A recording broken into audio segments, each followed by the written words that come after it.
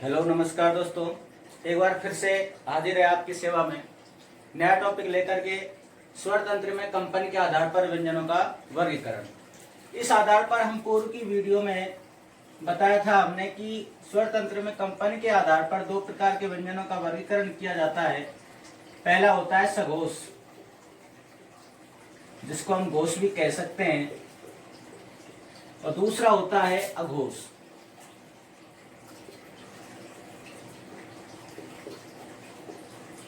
दोस्तों, सघोष के बारे में हम विस्तार से जान चुके हैं। अब पढ़ते हैं हम अघोष क्या होता है। तो अघोष में दो पदों का योग है, ए धन घोष। ए का अर्थ होता है नहीं और घोष का अर्थ होता है गूंज। परिभाषा की यदि बात करें अघोष व्यंजनों की, तो परिभाषा में हम कह सकते हैं कि जिन वर्णों के उच्चारण में गूंज उत्पन्न नहीं होती उन्हें अघोष व्यंजन कहा जाता है। जिन ध्वनियों या जिन वर्णों के उच्चारण में गूंज उत्पन्न नहीं होती उन्हें अघोष वर्ण कहा जाता है। क्या कहा जाता है? अघोष वर्ण कहा जाता है। अब अघोष वर्ण होते कौन कौन से हैं? सघोष में हमने जाना था पूर्व की वीडियो में कि प्रत्येक वर्ग का तीसरा, चौथा और पांचवा वर्ण क्या होते हैं? सघोष होते हैं। तो वर्ग का तीसरा, चौथा, पांचवा वर्ण, तीसरा, चौथा, पांचवा वर्ण क्या होता है? सघोष होता है। तो बचे कौन से? प्रत्येक वर्ग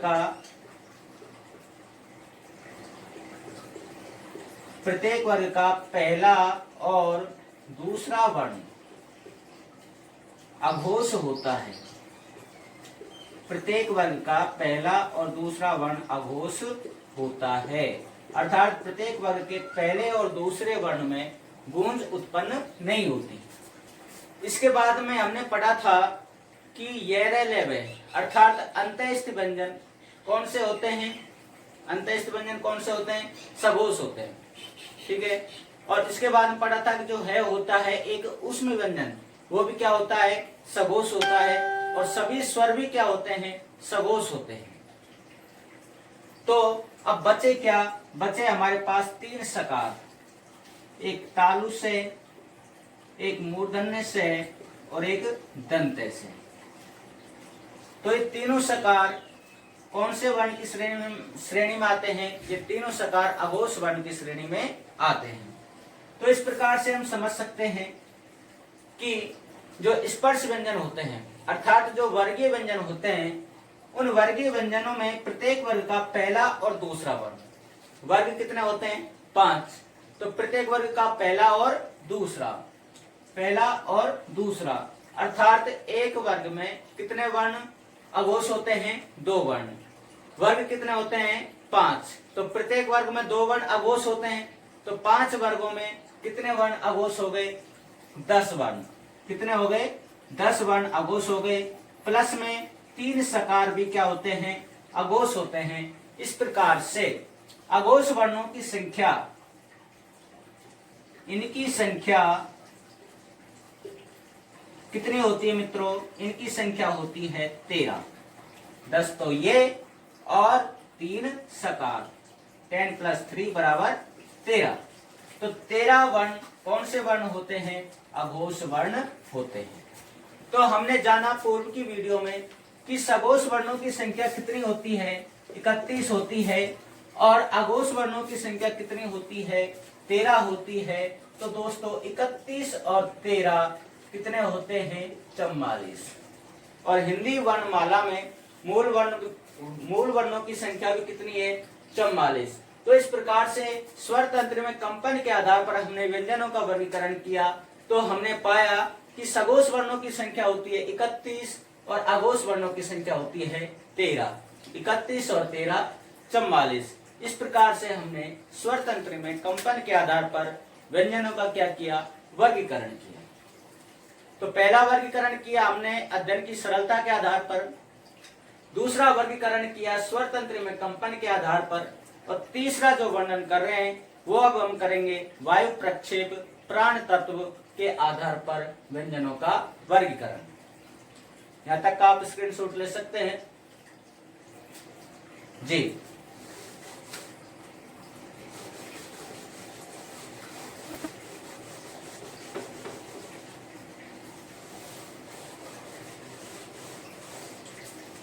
तो तीसरा वर्गीकरण आता है हमारा प्राणवायु अथवा वायु प्रक्षेप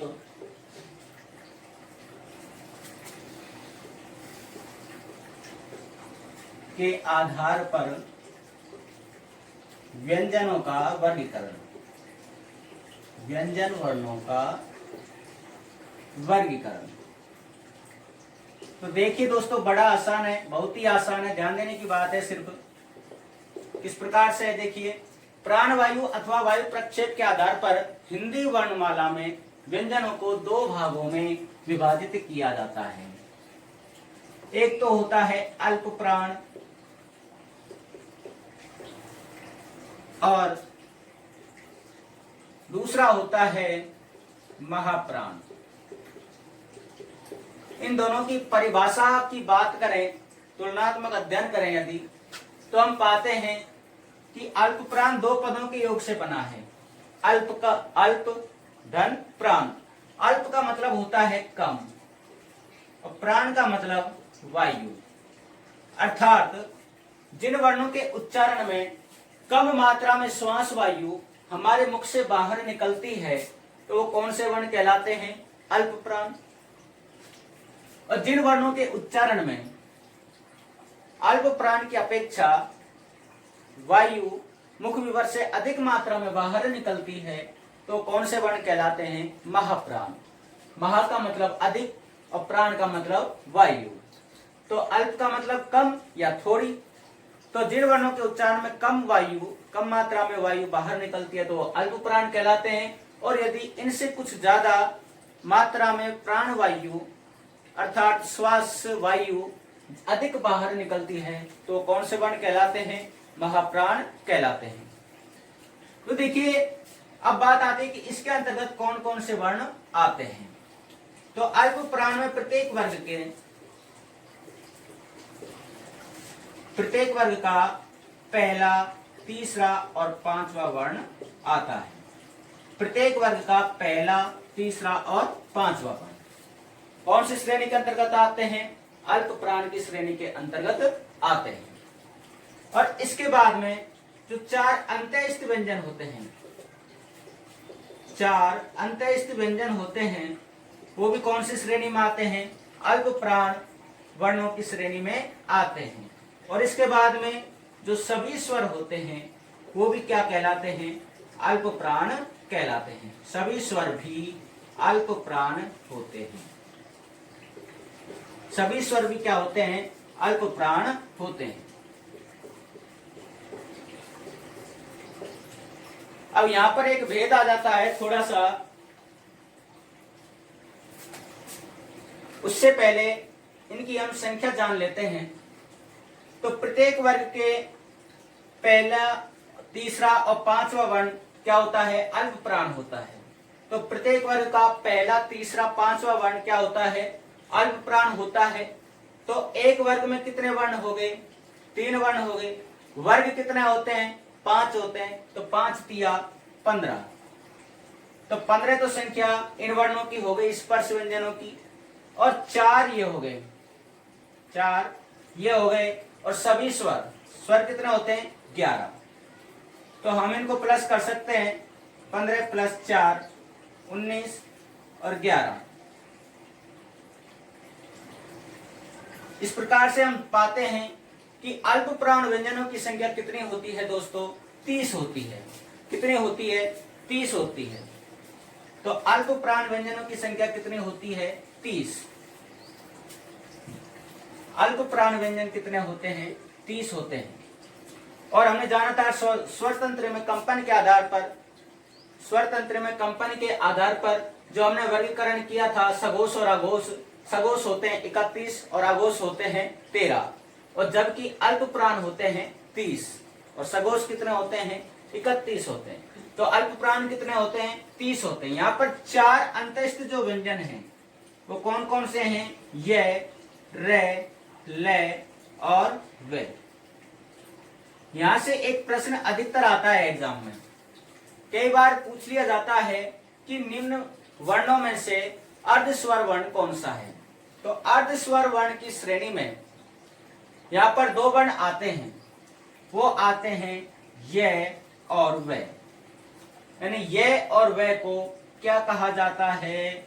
अर्धस्वर कहा जाता है। कौन कौन से वर्ण को कहा जाता है अर्धस्वर? ये और वे को। क्यों कहा जाता है? क्योंकि इनके उच्चारण में ना के बराबर श्वास वायु हमारे मुख में अवरोध उत्पन्न करती है, रुक करके आती है। नहीं तो सीधे के सीधे स्वरों की बातें हमारे मुख विवर से बाहर निकल जाती है बिना किसी रुकावट के। इसलिए इनको क्या कहा जाता है मित्रों? अर्धस्वर कहा जाता है।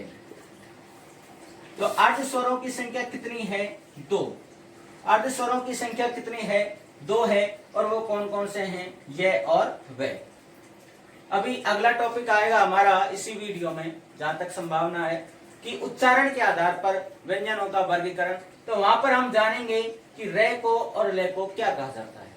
आपकी जानकारी के लिए मैं बता दूं कि रे को लुंठित वर्ण कहा जाता है और ले को पार्श्विक वर्ण भी कहा जाता है। ये इनके उपभेद हैं। ये इनके क्या है? उपभेद हैं। सामान्य तौर पर इन चारों वर्णों को अंतःस्थ व्यंजन के अंतर्गत ही पढ़ा जाता है। तो हमने जाना कि अल्प प्राण वर्ण किन्हें कहते हैं, अर्थात जिन वर्णों के उच्चारण में कम श्वास वायु हमारे मुख विवर से बाहर निकलती है, उन्हें क्या कहते हैं? अल्प प्राण व्यंजन कहते हैं। प्रत्येक वर्ग का पहला, तीसरा, पांचवा वर्ण, पहला, तीसरा और पांचवा वर्ण क्या होता है? अल्प प्राण होता है। चारों अंतःस्थ व्यंजन ये रे ले वे भी क्या होते हैं? अल्प प्राण होते हैं। और सभी स्वर क्या होते हैं? अल्प प्राण होते हैं, क्योंकि सभी स्वरों के उच्चारण में ना की बराबर श्वास वायु हमारे मुख विवर से बाहर निकलती है। यानी इनको बोलने में ज्यादा जोर, अधिक ताकत नहीं लगानी पड़ती। इसलिए इन्हें क्या कहा जाता है? अल्प प्राण व्यंजन कहा जाता है। यहाँ तक कोई समस्या हो तो कमेंट बॉक्स में अवश्य लिखें। आपकी समस्या का अतिशीघ्र समाधान अवश्य किया जाएगा। आप यहाँ तक का स्क्रीनशॉट ले सकते हैं। उसके बाद में हम जानेंगे कि महाप्राण व्यंजन किसे कहते हैं और इनकी संख्या कितनी होती है।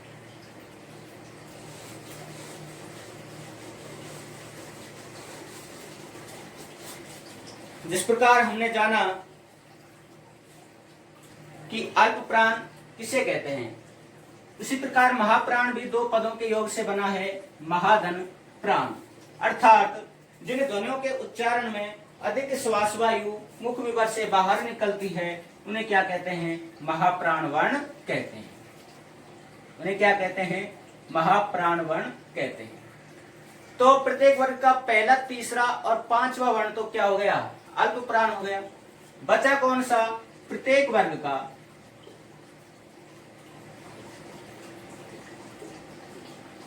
दूसरा और चौथा वर्ण क्या होता है? महाप्राण होता है। प्रत्येक वर्ग का दूसरा और चौथा वर्ण क्या होता है? महाप्राण होता है। इसके बाद में आते हैं स्पर्श व्यंजनों की बात कर ली। इसके बाद में आते हैं अंतःस्थ। तो अंतःस्थ तो क्या होते हैं? अल्प प्राण होते हैं। और सभी स्वर भी क्या होते हैं? अल्प प्राण होते हैं। तो बचा क्या? ऊष्म व्यंजन। तो ऊष्म व्यंजन जो हैं वो क्या कहलाते हैं? महाप्राण कहलाते हैं। और ऊष्म व्यंजनों की संख्या होती है 4। कौन कौन से हैं? से और है। अर्थात तालव्य से, मूर्धन्य से और दंत्य से। इनके क्रम में कई बार भ्रांति उत्पन्न हो जाती है कि कौन सा क्रम, कौन सा से पहले आएगा। तो उस भ्रांति को दूर करने के लिए याद रखें कि जो शंकर भगवान वाला से जिसको हम पढ़ते थे सकार, तो ये सबसे पहले आता है। और बाद में जो से लेट वाला से है, यानी कि जो दंत्य से है, वो सबसे बाद में आता है। और इस जो षटकोण वाला से है, ये मध्य में आता है। अर्थात तालु से सबसे पहले, और मूर्धन्य से मध्य में, और दंत्य से अंत में आएगा। और एक वर्ण कौन सा है? आपका है। तो इस प्रकार से इनकी संख्या कितनी हो जाती है? तो प्रत्येक वर्ग का दूसरा और चौथा वर्ण वर्ग कितने होते हैं मित्रों? अब तो आप भली भांति जान चुके होंगे, पढ़ रहे हैं। तो प्रत्येक वर्ग में 5 वर्ण होते हैं, ठीक है। तो प्रत्येक वर्ग का दूसरा और चौथा वर्ण क्या कहलाता है? महाप्राण कहलाता है। वर्ग कितने होते हैं? 5। तो प्रत्येक वर्ग के कौन कौन से वर्ण हो गए? दूसरा और चौथा, यानी प्रत्येक वर्ग के 2 वर्ण क्या होते हैं? महाप्राण होते हैं। वर्ग कितने होते हैं? 5। प्रत्येक वर्ग के 2 वर्ण, तो 5 दूनी 10 और प्लस में 4, ये प्लस में 4 उसमें व्यंजन, तो 10 और 4 कितने हो गए मित्रों? 14। कितने हो गए? 14। तो इस प्रकार से 14 जो वर्ण होते हैं वो कौन सी श्रेणी में आते हैं? वो महाप्राण की श्रेणी में आते हैं। तो आप जान सकते हैं जिस प्रकार से हमने टोटल किया था स्वरतंत्र में कंपन के आधार पर जब हम पढ़ रहे थे सघोष और अघोष, तो हमने किया था 31 प्लस 13 का टोटल सघोष के अंतर्गत 31 प्लस 13। तो यहाँ पर भी कितने कर दिए हमने? 44 घोष के आधार पर, यानी 31 सघोष और 13 अघोष। उसी प्रकार से हम यहाँ पर कर रहे हैं प्राणवायु और वायु प्रक्षेप के आधार पर व्यंजनों का वर्गीकरण। तो 30 तो होते हैं अल्प प्राण और 14 होते हैं महाप्राण। तो इस प्रकार से 30 और 14 ये भी कितने हो गए? 44। तो काउंटिंग हमारी सही है, कोई शक संदेह वाली बात है ही नहीं। तो इस प्रकार से कुल मूल वर्ण हिंदी वर्णमाला में भाषा में कितने होते हैं? 44 होते हैं। तो 44 के 44 हमने स्वरतंत्र में कंपन के आधार पर भी पढ़े और प्राण वायु अथवा वायु प्रक्षेप के आधार पर भी पढ़े। अब चौथा जो प्रकार आता है वो आता है उच्चारण के आधार पर। देखिए, उच्चारण के आधार पर व्यंजनों का वर्गीकरण। यहां पर मैं अंतर स्पष्ट कर देता हूं कि चौथा बिंदु हम पढ़ रहे हैं उच्चारण के आधार पर, और इससे नेक्स्ट पढ़ेंगे उच्चारण स्थान के आधार पर। दोनों में अंतर है। अब हम पढ़ रहे हैं उच्चारण के आधार पर व्यंजनों का वर्गीकरण। उच्चारण के आधार पर व्यंजनों का वर्गीकरण। कितने प्रकार से किया जाता है मित्रों? 8 प्रकार से। कितने प्रकार से किया जाता है? 8 प्रकार से उच्चारण के आधार पर व्यंजनों का वर्गीकरण। तो पहला जो हम वर्गीकरण करेंगे वो करेंगे स्पर्शी व्यंजन। पहला कौन सा होता है? स्पर्शी व्यंजन। दूसरा है संघर्ष स्पर्शी। दूसरा कौन सा है? संघर्ष स्पर्शी। दूसरा है संघर्ष स्पर्शी। तो तीसरा है ऊष्मी। तीसरा है ऊष्मी व्यंजन।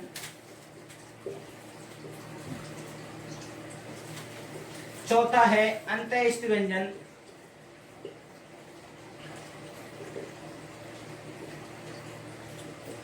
पांचवा है पार्श्विक।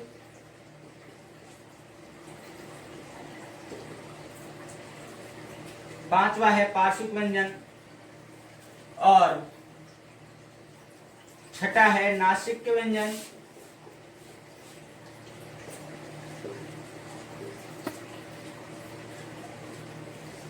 सातवां है उत्क्षिप्त व्यंजन।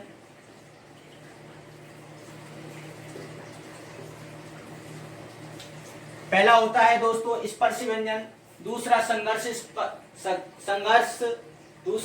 स्पर्शी व्यंजन, तीसरा ऊष्मी व्यंजन, चौथा अंत्यस्थ व्यंजन, पांचवा पार्श्विक व्यंजन, छठा नासिक व्यंजन, सातवां उत्क्षिप्त व्यंजन और आठवां होता है आपका प्रकंपित व्यंजन। प्रकंपित व्यंजन वर्ण।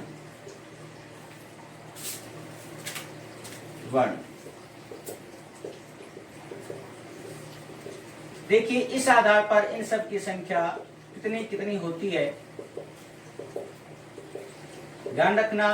पूछा जाता है अधिकतर उच्चारण के आधार पर व्यंजनों का वर्गीकरण। आप इनको दूसरा नाम भी आपको मिल सकता है, आप इनका दूसरा नाम भी दे सकते हैं, होता है आभ्यंतर प्रयत्न के आधार पर। अभ्यंतर प्रयत्न के आधार पर। और जो अभी हमने पढ़े थे सगो सगो सर्व प्राण महाप्राण, वो होता है बाह्य प्रयत्न के आधार पर, और ये होते हैं अभ्यंतर प्रयत्न के आधार पर। और दूसरा नाम हम इन्हें दे सकते हैं उच्चारण के आधार पर व्यंजनों का वर्गीकरण। और जो उच्चारण स्थान के आधार पर व्यंजनों का वर्गीकरण होता है वो भी हम अलग से पढ़ेंगे। इसके बाद में 5वां बिंदु हमारा होगा व्यंजनों के वर्गीकरण में। तो सबसे पहले हम जानते हैं स्पर्शी व्यंजनों के बारे में कि स्पर्शी व्यंजन वर्ण कितने होते हैं। पहले के वीडियोज में हमने जाना था स्पर्श व्यंजनों के बारे में। तो स्पर्श व्यंजनों की संख्या हमने बताई थी 25, और यहाँ पर स्पर्शी व्यंजनों की संख्या होती है मित्रों 16। कितनी होती है? 16 होती है। कहा किसे जाता है? सुन सकते हैं आप ध्यान से कि जिन वर्णों के उच्चारण में हमारे जीभ मुख के किसी न किसी अवयव को छू करके जिन वर्णों का उच्चारण किया जाता है, या जिन वर्णों के उच्चारण में हमारी जीभ मुख के किसी न किसी अवयव को छूती है, उन्हें क्या कहा जाता है? स्पर्शी व्यंजन कहा जाता है। इनकी संख्या कितनी होती है? 16 होती है। यानी 6 वर्ग को छोड़ दिया जाता है और 5 वर्ग यानी कि क वर्ग के 4 वर्ण, क वर्ग, च वर्ग है नहीं, ट वर्ग, त वर्ग और प वर्ग के आरंभिक 4 वर्ण, आरंभिक 4 वर्ण क्या कहलाते हैं? स्पर्शी व्यंजन कहलाते हैं। तो कितने वर्ग हो गए हमारे पास? 4 वर्ग हो गए। और 4 वर्ग के आरंभिक 4 वर्ण, यानी 5वें वर्ण को आप छोड़ दो, आरंभिक 4 वर्ण 4 वर्गों के कितने हो गए? 16। कितने हो गए मित्रों? 16। 4 चौके 16। ठीक है जी। इसके बाद में बात आती है संघर्ष स्पर्शी। तो संघर्ष स्पर्शी व्यंजनों की संख्या होती है मात्र 4, और ये होते हैं च, छ, ज और झ। क्योंकि इन व्यंजनों के उच्चारण में स्पर्श भी होता है और संघर्ष भी होता है। जैसे च, छ, ज और झ। एक बात मैं यहां पर बताता हूं कि जो झ चलता है, झ वर्ण है, उसका सही मानक रूप वर्तमान देवनागरी लिपि में यही है। वर्तमान देवनागरी लिपि में यही है। यदि आप झ को इस रूप में लिखते हैं तो हिंदी भाषा का अमानक रूप हो जाएगा। हिंदी भाषा का क्या हो जाएगा? अमानक रूप हो जाएगा। जैसे मैंने पूर्व की वीडियो में बताया था हिंदी भाषाओं की विशेषता, जब हमने पढ़ी थी लगभग दूसरी वीडियो में, तो उसमें हमने बताया था कि हिंदी भाषा परिवर्तनशील होती है और इसका क्या होता है? मानक रूप होता है। तो मानक रूप झ का वर्तमान देवनागरी लिपि में यह नहीं है, यह गलत है। वर्तमान झ का मानक रूप यही है। तो संघर्ष स्पर्शी व्यंजनों की संख्या होती है 4, और उसमें आते हैं च, छ, ज और झ। ठीक है जी। उसमें व्यंजनों के बारे में हम जान चुके हैं पहले से ही। उसमें व्यंजनों की संख्या भी कितनी होती है? 4 होती है। इसमें तीनों सकार आते हैं आपके और है वर्ण आता है। अंतः इस व्यंजनों की संख्या भी कितनी होती है? 4 होती है। य, रे, ले और वे। अब आता है पार्श्विक व्यंजन। पार्श्विक, ध्यान दीजिएगा यहाँ पर। पार्श्विक व्यंजन के अंतर्गत कौन सा वर्ण आता है? पार्श्विक व्यंजन के अंतर्गत हिंदी वर्णमाला में केवल एक वर्ण आता है। कितने वर्ण आते हैं मित्रों? एक वर्ण आता है। कौन सा है? वह है ल, अर्थात लका। इसे क्या कहा जाता है? पार्श्विक व्यंजन कहा जाता है। पार्श्विक, पार्श्व का मतलब होता है बगल में, अर्थात जिस वर्ण के उच्चारण में श्वास वायु हमारी जीभ के बगल में से निकल जाती है, जिस वर्ण के उच्चारण में, लिख देता हूं मैं, जिस वर्ण के उच्चारण में श्वास वायु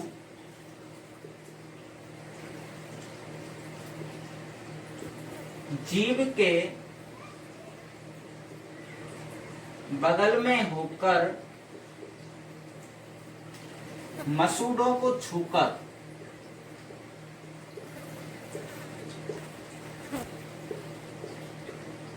बाहर निकलती है,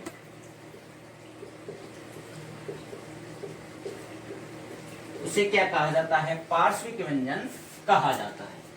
क्या कहा जाता है मित्रों? पार्श्विक व्यंजन कहा जाता है। पार्श्व का मतलब होता है बगल। तो जिस वर्ण के उच्चारण में श्वास वायु जीभ के बगल में से होकर मसूड़ों को छू करके बाहर निकलती है, यानी ले का जब हम उच्चारण करते हैं तो जीभ हमारे तालु के ऊपर लग जाती है, दंत के लग जाती है, और श्वास वायु साइड में से बाहर निकल जाती है, तो इसलिए इसको क्या कहा जाता है? पार्श्विक व्यंजन कहा जाता है। इसके बाद में आते हैं नासिक के व्यंजन। तो नासिक के व्यंजनों की संख्या होती है 5, क्योंकि प्रत्येक वर्ग का जो पंचमा अक्षर होता है वही क्या होता है? नासिक के व्यंजन होता है।